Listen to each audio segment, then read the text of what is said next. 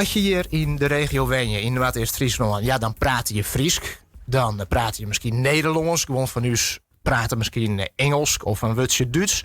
Maar ja, hoe zit het dan eens met uw lokale dialecten en streektalen? Nou, de gemeente Noord-Eerst-Friesland had nou een meertaligheidscoördinator ongesteld. En dat is Wietske Poelman van Boetenpost. Die is hier bij u in de studio ongescoot. Goedemiddag. Ja, goedemiddag. Mooi dat er best. Nou, mooi dat ik komen mocht. Absoluut. Ik ben eerst wel benijd. Als we het over Noord-Eerst-Friesland hebben, wat voor streektalen, dialecten hebben we hier eens in de regio? Nou ja, dan als het door de gemeente Noord-Eerst-Friesland hast, dan hast bijgelijks het Dokkumers, het Pompsters, Kolmerpomp, het Kolmers zelf, dan hast het plakje Boerum, het Boeremers, het Muntje Zielsters.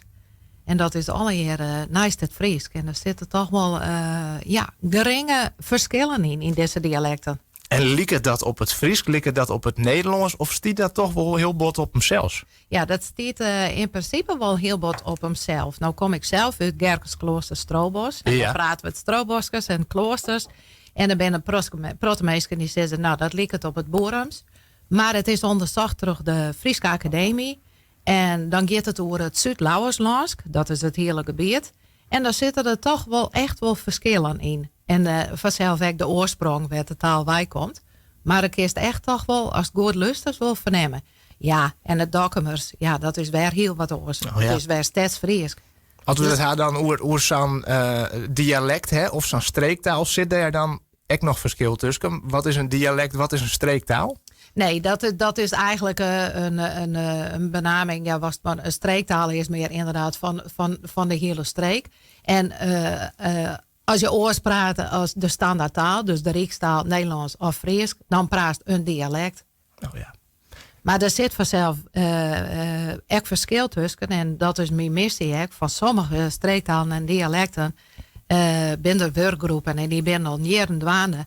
En die hebben wekelijks een staveringsgids, een spellingsgids uitjoen. Ja. Maar er zijn ook dialecten en streektalen ook in onze omkreten die het nog net verslaan binnen.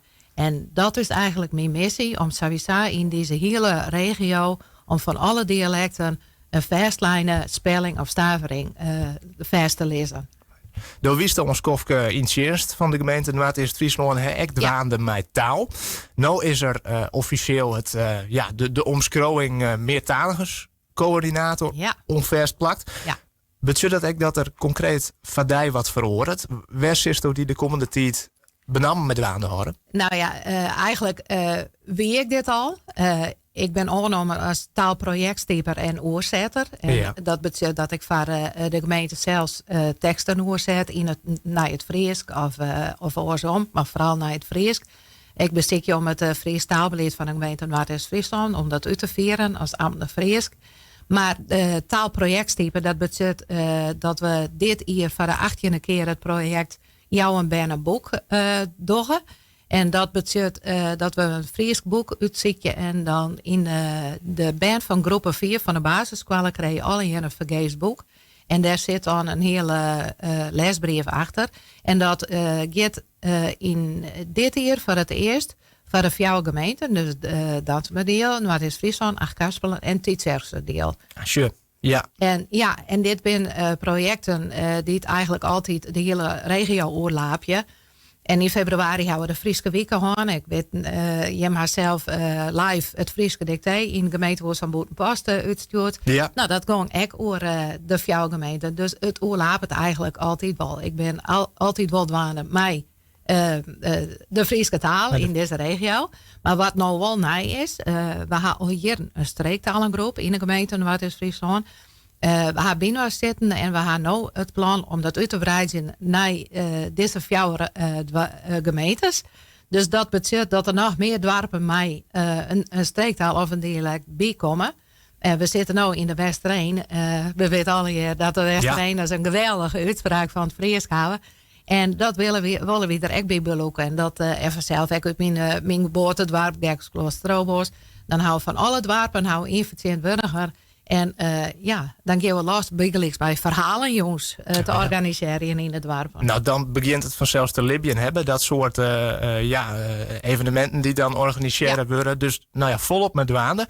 Binnen streektaal in de regio, dat het op dit stuit echt min maakt. Je hebt die misschien wel 3 te verdwijnen. Nou, dan zal ik het dus inderdaad wel gaan over mijn geboortedorp, Gekkersklooster Stropos. Nou is dat de gemeente Kaarspelen. Maar ja, je vernemen wel, en net alleen nog daar, dat zal overal wel wezen, dat ouders toch Nederlands met de ben praten gaan. Want die denken van, nou ja, dus ik kan beter Nederlands leren. En ik ben er zelf echt schuldig aan. Ik ga Nederlands met mijn dochter praten, die is nu 26. Ja, en dan staan er gewoon verdwijnt zo'n taal wel vanzelf. Dus daar moest eigenlijk gewoon heel alert op wezen. En meesten zijn eigenlijk wel heel grutsk op haar eigen dialect. Maar zolang er geen aandacht aan jou wordt van bovenaf, ja, dan wordt die trotsheid, dat grutske, dat wordt net voort. Dus daar moeten projecten aan bestegen worden. Nou, dat lijkt me een mooie uitdaging van die zelfs inderdaad de komende tijd. Meertalige coördinator in de gemeente Noord-Eerst-Friesland. Ik zou zeggen een hele prutte succes. En dank je wel dat je hier even in de studio kwam om erover te vertellen. Graag gedaan.